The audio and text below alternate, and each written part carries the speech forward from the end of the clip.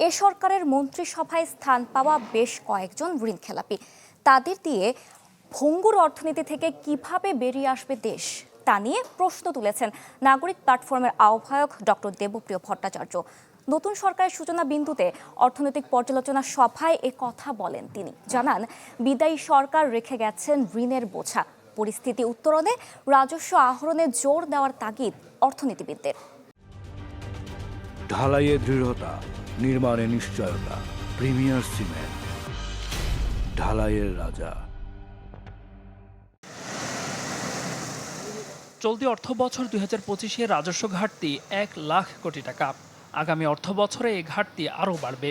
এমন পরিস্থিতিতে দেশের আর্থিক পরিসর ক্রমেই হচ্ছে সংকুচিত।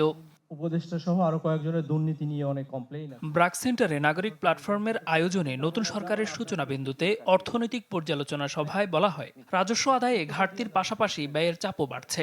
অন্যদিকে নতুন সরকারের অগ্রাধিকার প্রকল্প ফ্যামিলি কার্ড বাস্তবায়নের ঘোষণা বাজেটে চাপ বাড়াবে ৯ থেকে ১২,০০০ কোটি টাকা। এমন পরিস্থিতিতে যৌক্তিক পর্যায়ে বাজেট সংশোধনের পরামর্শ বিশেষজ্ঞদের।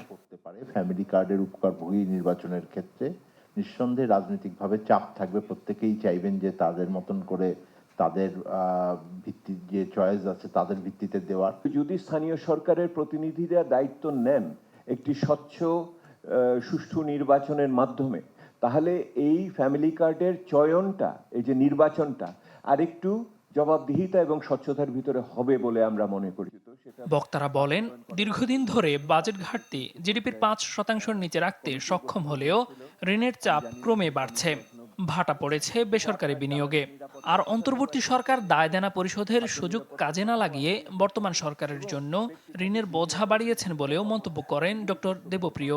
কিন্তু বাস্তবতা হলো এই যে ঋণ পরিস্থিতি যেটা এই সরকার পাচ্ছে, বর্তমান বিএনপি সরকার জোট সরকার পাবে, সেটা অন্তর্বর্তী সরকার যে অবস্থায় পেয়েছিল তার চেয়ে আরেকটু দুর্বল এবং নাজুক অবস্থায় তারা উত্তরাধিকার সূত্রে পাচ্ছে। সুদের হার যেটা নাকি 1% গড়ে ছিল, সেটা এখন ৩-৪% সুদে আমরা নিচ্ছি। এবং আমাদের আগামীতে রূপপুরের যে বড় আমরা একটা ঋণ নিয়েছি, সেটার আমাদের ঋণ পরিশোধের সময় চলে আসবে। ভঙ্গুর অর্থনৈতিক পরিস্থিতিতে দায়িত্ব নেয়া নতুন সরকারের মন্ত্রিসভা সহ সংসদ সদস্যদের অনেকে ঋণ খেলাপির সাথে সরাসরি জড়িত। এমন বাস্তবতায় অর্থনৈতিক স্থিতিশীলতা এ সরকারের জন্য বড় চ্যালেঞ্জ বলে মত দেন বিশেষজ্ঞরা। আমরা জানি প্রচুর এমপি শুধু না, অনেক মন্ত্রী এসছেন এবং যারা প্রত্যক্ষভাবে এই দায় দেনা পরিস্থিতির সাথে যুক্ত। দেলোয়ার দোলন, চ্যানেল 24, ঢাকা।